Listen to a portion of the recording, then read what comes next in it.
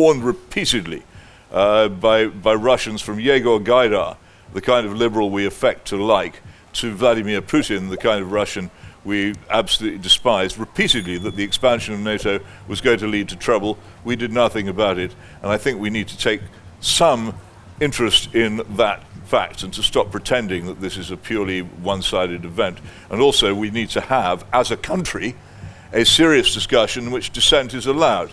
Almost every time I say things like this, I'm accused of being a Putin apologist by people who can't pronounce the first and don't understand what the second means, of being some sort of traitor.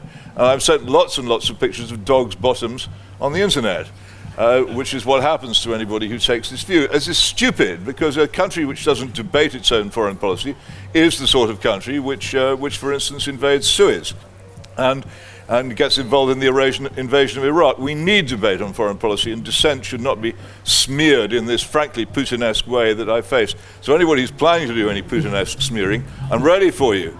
And it is extraordinary how little we in this country know about continental Europe, especially anything east of the Elbe.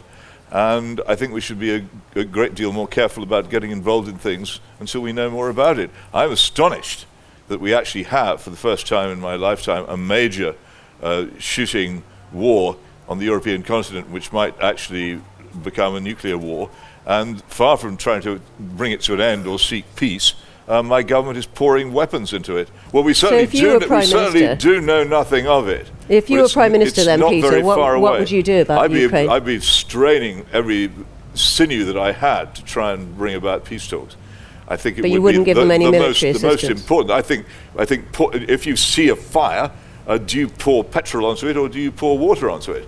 Feeding weapons into this is prolonging it. But if they didn't have the weapons, Russia would actually win. So you had people like Macron try to achieve peace talks and didn't really get anywhere. The idea that Britain's contribution to this matter is crucial seems to me to be, as with so many of our views of ourselves in the world, wholly overblown and conceited. This is a war between the United States and Russia being fought on Ukrainian soil. Our contribution is purely, as so many of our foreign policy actions are, to do with toadying to the Americans rather than hoping to achieve any other result. So do you think the Americans shouldn't have given them any assistance? I think the Americans let me avoid too much early controversy here, and so I think the Americans have a larger responsibility than any other nation apart from Russia to help bring about peace. And I think that we and all the other major nations of the world should be using our good offices, both in private diplomacy and through the United Nations, to persuade them to do so. I don't see any alternative to the West standing with Ukraine in order to defend its right to exist. There's also a self-interested bit here. Ukraine gave up nuclear weapons in the Budapest Memorandum. China, Russia, and France, don't know why we weren't in this, maybe we're just distracted at the time. China, Russia, and France signed an agreement with them saying, we guarantee your territorial integrity if you give up your nuclear weapons. They did, and then we didn't. Putin ripped up the Budapest Memorandum. I have friends at the front in leftists, people who here would be really anti-government. At the front, one of my friends, his name's Taras Bilus, and he's an editor of a magazine about the commons, okay? And I met him 2 days before the war broke out. He's now at the front, and he sent me a picture of the only heavy weapon in his unit, which is a Maxim gun. Any of you military historians will know that Hiram Maxim invented this gun in 1898, and it was if you've ever played little toy soldiers with Russian Second World War toy soldiers, they're the little machine guns with a shield, okay? That's the heaviest weapon he has. If we hadn't sent them weapons better than that, he'd be dead, everybody else would be dead, the torture chambers of Izium would be taking place in Kiev.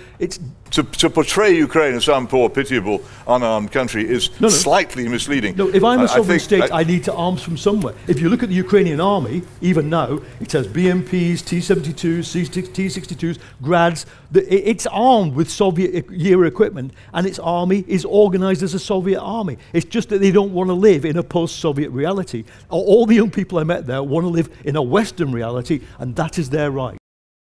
To continue watching this video, click the link in the top left or in the description below. Or visit iai.tv for more debates and talks from the world's leading thinkers on today's biggest ideas.